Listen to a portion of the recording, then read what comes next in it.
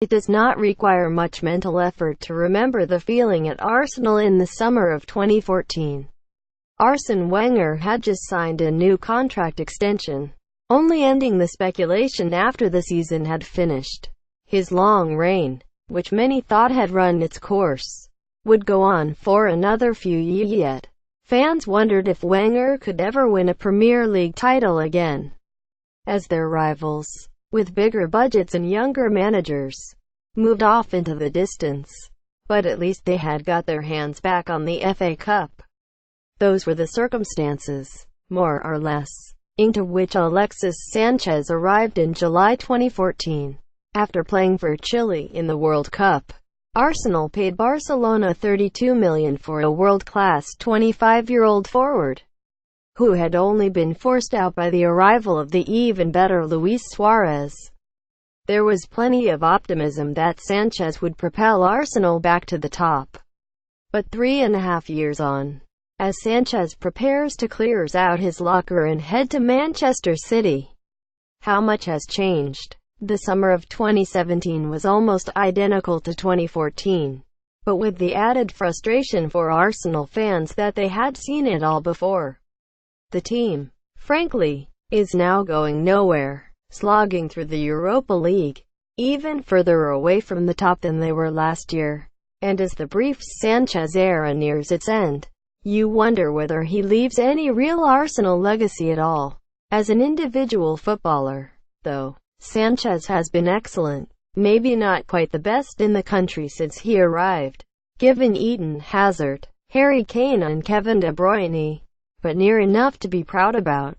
His mix of close control, muscular power, and audacity around the goal make him a perfect Premier League player, especially given his innate hunger for playing the game. In a team which has taken on far too much mediocrity, Sanchez's solo brilliance has stood out. Sanchez will likely leave with 60 Premier League goals and another 20 in the Cups, many of them brilliant. Every Arsenal fan will have their own favourites, from the no-backlift side-foot volley against Manchester City, the rocket from just outside the box against Liverpool, the step-over dink combo at West Ham United, winter transfer window, 10 players looking for a move in January. What stands out most, and he will be remembered for, his performances at Wembley in the FA Cup. In 2015 he beat Reading single-handedly in the semi-final before scoring an out-of-the-blue 35-yarder against Aston Villa in the final. 2 years later, he scored the winner against Manchester City in the semi-final, before opening the scoring against Chelsea in the final. Arsenal did not expect to win either game but ended up winning both. Sanchez did more than anyone to win those 2 FA Cups. And given the 9-year trophy drought from 2005 to 2014, that is nothing to sniff at. But as Wenger knows very sharply, FA Cups are no longer the measure of progress or success. Modern football is only really about the Premier League and Champions League. And in those two, Sanchez has not been able to push Arsenal any closer to the prize. In the league, Arsenal have not put together one serious title challenge during his time here, only ever finishing double-digit points behind the winners. They were far closer, in fact, in 2013-14, just before Sanchez arrived. Alexis Sanchez in happier times. Getty. Then in the Champions League, Sanchez was here for 3 consecutive last 16 exits, by increasingly heavy margins, to Monaco, Barcelona and Bayern Munich. There is no better proof of Arsenal's lack of progress than that.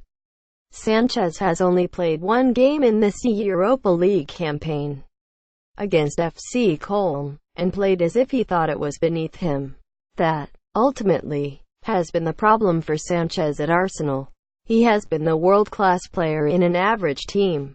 At the start, he looked like he enjoyed the responsibility, but for the last year or so his exasperation and disrespect for his teammates has been bad on the pitch, and worse in training. which is why he is now so unpopular in the dressing room and why he was shunned celebrating his goals at Selhurst Park last month, and why Arsenal know that they should have sold to City back in August for twice as much money, rather than letting the situation drag on.